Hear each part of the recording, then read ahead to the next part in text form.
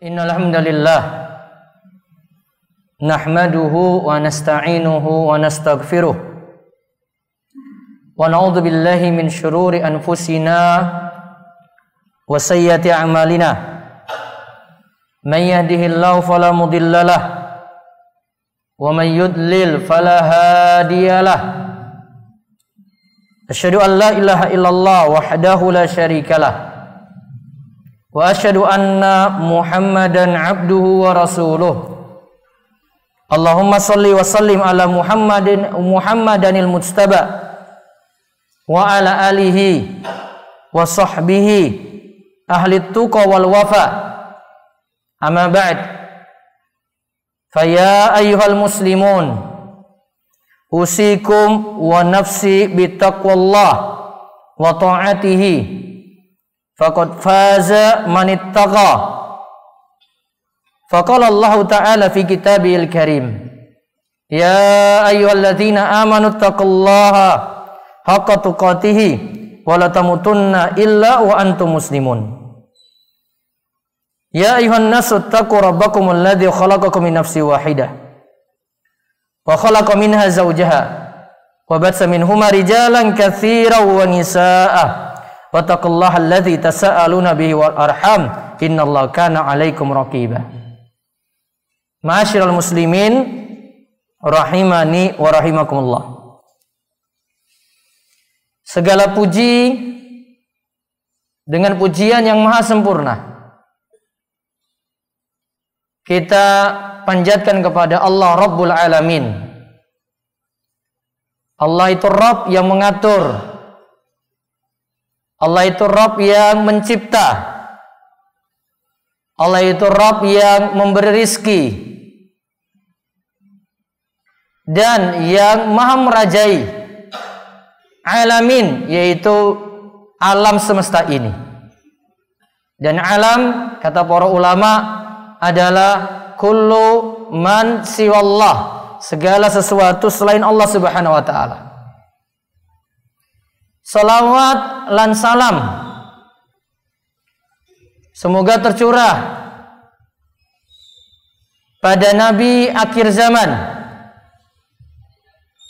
pembawa syariat, ajaran Islam yang sempurna,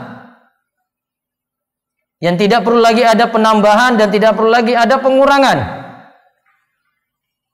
yaitu pada Nabi besar kita, Nabi Agung, Nabi mulia, Nabi kita Muhammad sallallahu alaihi wasallam. Khatib senantiasa ingatkan agar kita terus memperbaiki ketakwaan, karena dengan takwa itulah jalan kebahagiaan. Dengan takwa itulah jalan kita meraih keselamatan. Ma'asyiral muslimin rahimani wa rahimakumullah. Pada kesempatan khutbah Jumat kali ini ada satu surat yang dimana Imam Syafi'i rahimahullah mengatakan, surat ini hadhihi suratu law ma anzalallahu hujjatan ala khalqihi illa hiya lakafathum. Imam Syafi'i Muhammad bin Idris Asy-Syafi'i rahimahullah mengatakan, surat ini seandainya diturunkan sebagai alasan untuk kita semuanya, maka dengan surat ini saja sudah jadi nasihat yang mencukupi. Dan surat ini ringkas, bahkan sebagian kita jadikan ini sebagai bahan bacaan ketika sholat. Yang dimaksud dengan surat ini adalah surat Al-Asr.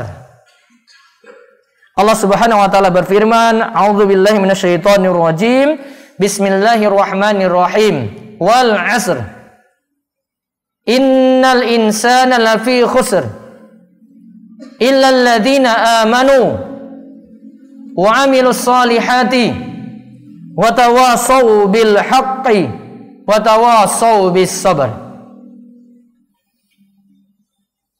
Aku minta perlindungan kepada Allah dari godaan setan yang terkutuk. dengan menyebut nama Allah yang Maha Pengasih lagi Maha Penyayang. Demi masa, demi waktu.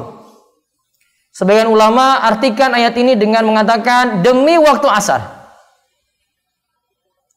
Innal insana lafi khusr. Sungguh manusia benar-benar berada dalam kerugian. Menurut ahli lughah, para pakar bahasa Arab, mereka katakan bahwasanya ayat ini kalau diartikan manusia itu benar-benar merugi, di sini dikatakan dengan 3 bentuk takkid. Takkid itu salah satu bentuk ungkapan dalam bahasa Arab untuk menyatakan sangat. Di situ ada sumpah di awal demi waktu, demi masa. Kemudian ada inna yang artinya sesungguhnya. Kemudian ada huruf lam yaitu la fi.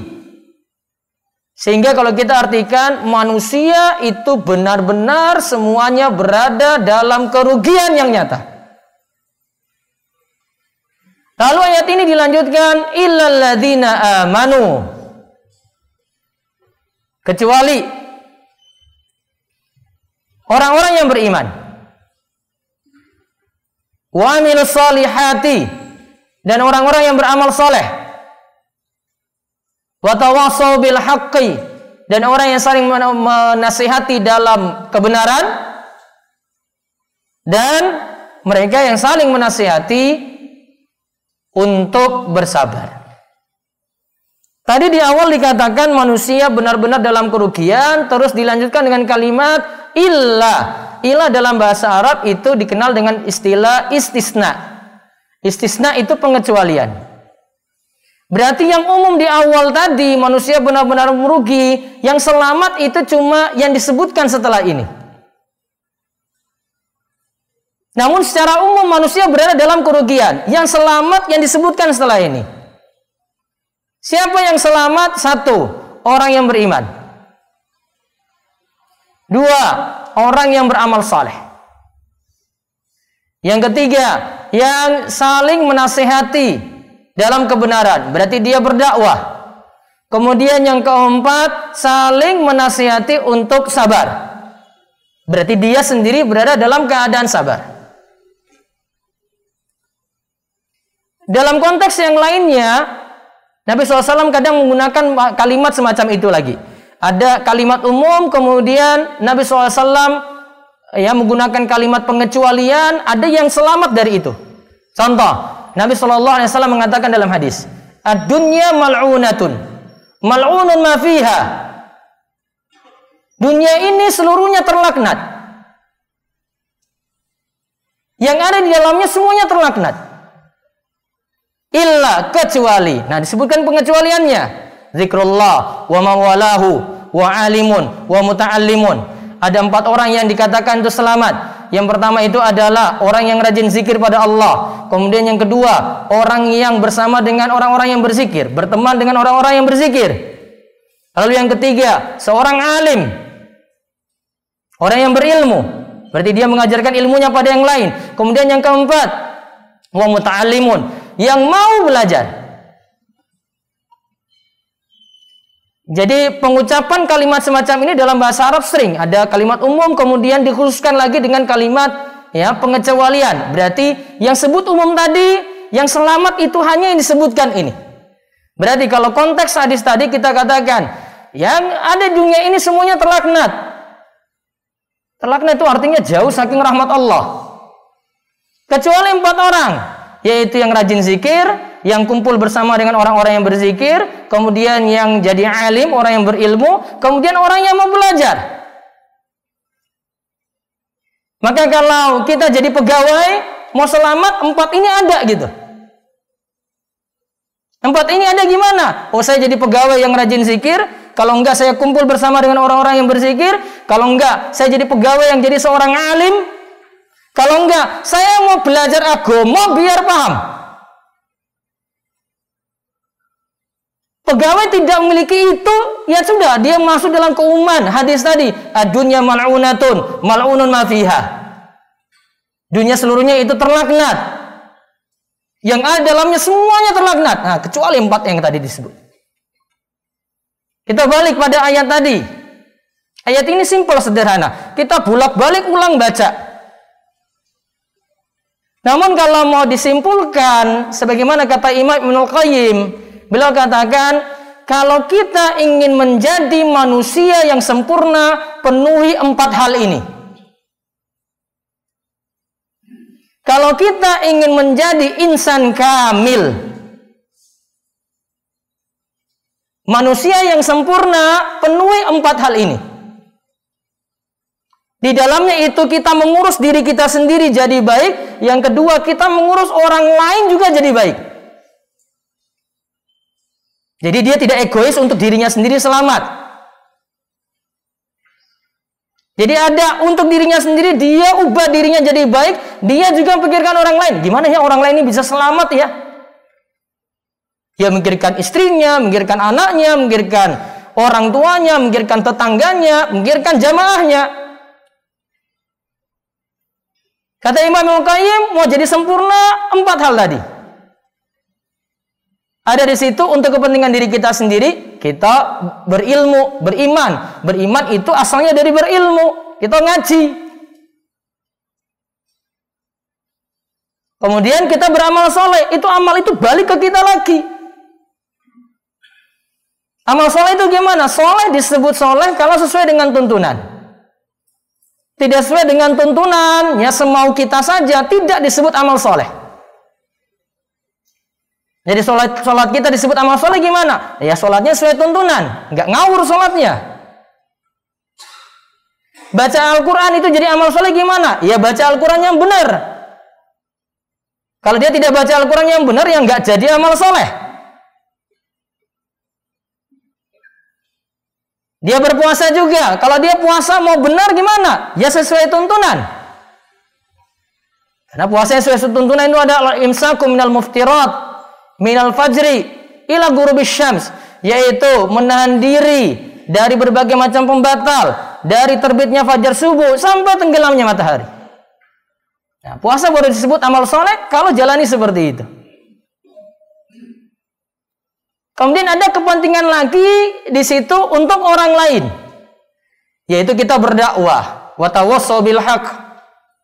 Kita nasihati orang lain, masing-masing itu sesuai dengan kemampuan. Tidak boleh orang remehkan, saya nggak mau nasihati orang lainnya, sudahlah biar tangga saya gitu rusak aja deh. Enggak. Namun juga ada aturan, tidak boleh berlebihan. Kita nggak bisa maksa orang. Ya, karena hidayah di tangan Allah, bukan di tangan kita gitu. Yang namanya dakwah itu tidak bisa memaksa. La ikraha fid din. Tidak ada pemaksaan dalam agama, nggak ada. Kecuali kalau kita punya kuasa, jalani hukum Islam, bisa paksa orang gitu. Dia jadi imam, jadi pemimpin besar, kemudian dia bisa maksa orang. Kalau enggak, ya nggak bisa. Bagaimana dia nasihat orang lain tadi? Nabi SAW katakan, man ra'a minkum munkaran falyughayyirhu bi yadihi, fa illam yastati' fa bi lisanihi, fa illam yastati' fa bi qalbihi, wa dzalika ad'aful iman. Siapa yang lihat kemungkaran, maka hendaklah dia ubah. Kalau dia punya kuasa, ubah dengan tangannya. Jika dia tidak mampu, maka dengan lisan, ngomong. Bicara depan mimbar seperti ini, amar ma'ruf nahi mungkar juga, ngomong. Kalau dia tidak mampu lagi, ngomong nggak bisa, ya sudah, ingkari dalam hati. Saya tidak setuju dengan itu. Wa dzalika ad'aful iman. Kata Nabi SAW, itulah serendah-rendahnya iman. Itulah serendah-rendahnya iman. Maka kita dakwah itu sesuai dengan kemampuan. Saya kemampuannya apa? Oh, saya bisa ngajarkan ini. Oh, saya tahu tadi. Oh, ini tadi tentang pembahasan surat Al-Asr. Oh, saya beritahu kepada teman saya. Oh, saya pulang, saya beritahu kepada istri saya. Oh, kamu jadi manusia sempurna, 4 hal ini nih loh. Ada di surat Al-Asr tadi. Namun tidak boleh orang yang bukan punya kapasitas, dia melebihi kapasitasnya, nggak boleh. Dia tidak punya ilmu, dia ngomong saja, komentar dalam masalah agama. Dia tidak setuju pada suatu syariat. Emangnya kamu posisinya apa? Kalau paham dalil, paham Al-Quran, paham hadis, silakan komentar. Namun kalau tidak paham, mendingan diam. Kita lihat kalau di media sosial saat ini, orang mau komentar apa saja itu, terserah dia. Dia mau komentar, wah ini nggak mau, yang ini nggak boleh, gitu. Padahal dia tidak tahu kalau yang dia komentar ini masalah hukum. Gak setuju sama sesuatu, ya, itu jangan sampai memprotes syariat, itu nggak boleh. Misalnya nih, kita semua sudah akui minuman keras itu haram. Terus kalau misalnya ada kiai ngomong, ini nggak boleh minum minuman keras seperti ini, ya terima saja, itu sudah ngomong pakai dalil. Nggak boleh ada yang protes, wah kayak gitu saya kok dilarang. Ya nanti rusak ya saya sendiri, yang jatuh sakit ya saya sendiri. Ya silakan kamu komentar, namun kalau sudah masalah agama bukan ranahmu, bukan ahli di situ, tidak paham dalil, nggak boleh komentar. Karena orang harus berkomentar itu dengan ilmu, sama seperti kita dalam bidang kita kuliah. Ada yang pakar teknik sipil.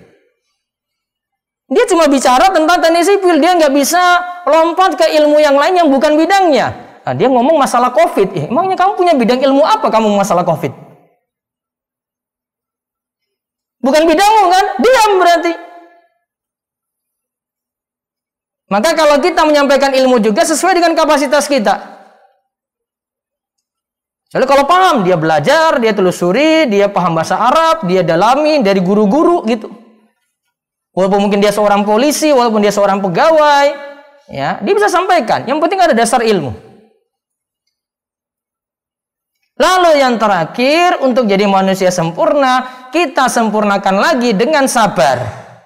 Sabar itu al-habsu, yaitu menahan diri. Menahan diri dari apa? Menahan diri dari 3 hal.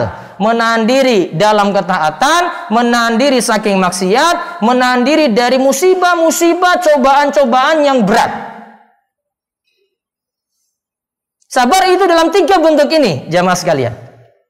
Sabar dalam taat, kita mau ibadah, kita mau sholat, ya butuh sabar. Sabar dalam maksiat, saya tidak boleh minum itu, ini diharamkan. Itu berarti kita tahan diri juga, kita sabar.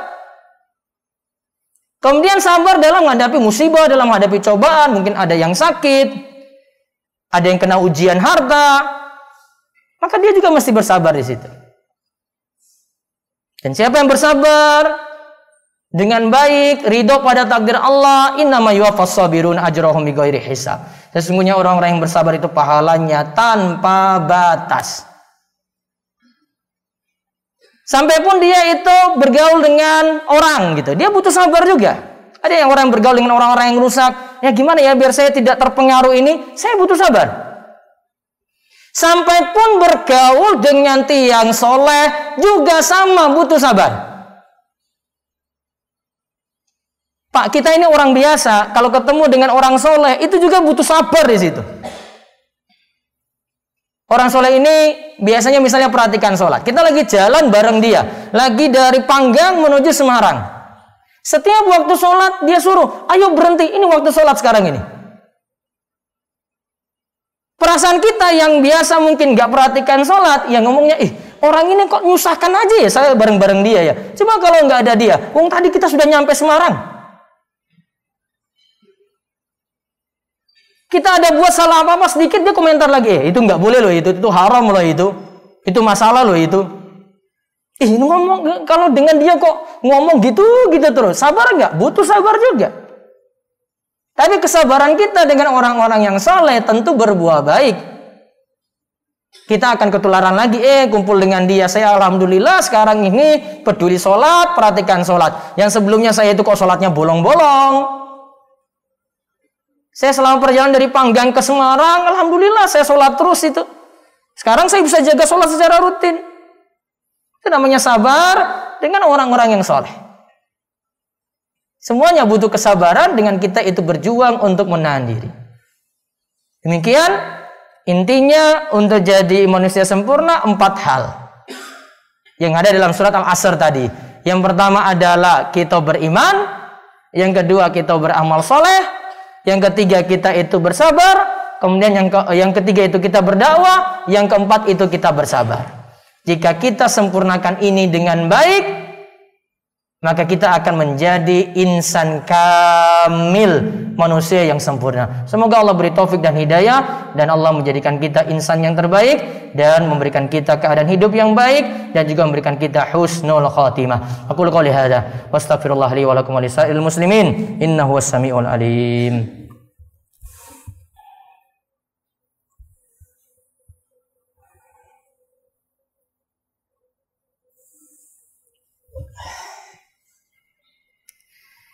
Alhamdulillahi haqqa hamdihi, ahmadullah wa ashkuruhu, wa asyhadu an la ilaha illallah wahdahu la syarikalah, wa asyhadu anna Muhammadan abduhu wa rasuluh. Allahumma salli ala nabina Muhammad wa ala alihi wa sahbihi ajma'in. Fa ya ayyuhal muslimun, usikum wa nafsi bittaqullah al-aliyyil azim. Wa alamu anna Allah amarakum bi amrin azim, amarakum bis salati wassalami ala nabiyil karim. Faqala inna Allaha wa malaikatahu yusalluna 'alan nabi ya ayyuhalladzina amanu sallu wa sallimu alaihi wa sallimu taslima. Allahumma salli ala Muhammad wa ala ali Muhammad kama shallaita ala Ibrahim wa ala ali Ibrahim innaka Hamidum Majid. Allahumma barik ala Muhammad wa ala ali Muhammad kama barakta ala Ibrahim wa ala ali Ibrahim innaka Hamidum Majid. Allahumma fir lil muslimina wal muslimat wal mu'minina wal mu'minat al ahya'i minhum wal amwat. Allahumma dfa' annal bala wal ghala wal waba wal fahsya wal munkar wal bagh wasuyuf wal mukhtalif wasyada'id wal mihan ma dhahara minha wa batan min baladina hadza khassatan wa min buldanil muslimin amatan innaka ala kulli syai'in qadir. Rabbana la tu'akhidna in nasina aw akhtana, Rabbana wa la tahmil alaina isran kama hamaltahu ala alladziina min qablina, Rabbana wa la tuhammilna ma la taqata lana bi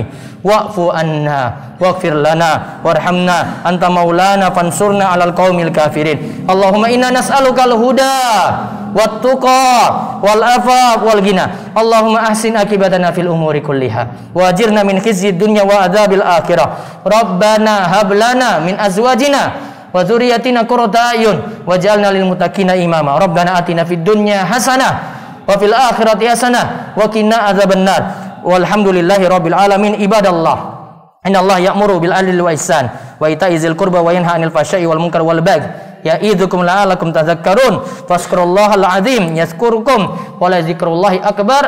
Aqimus shalah.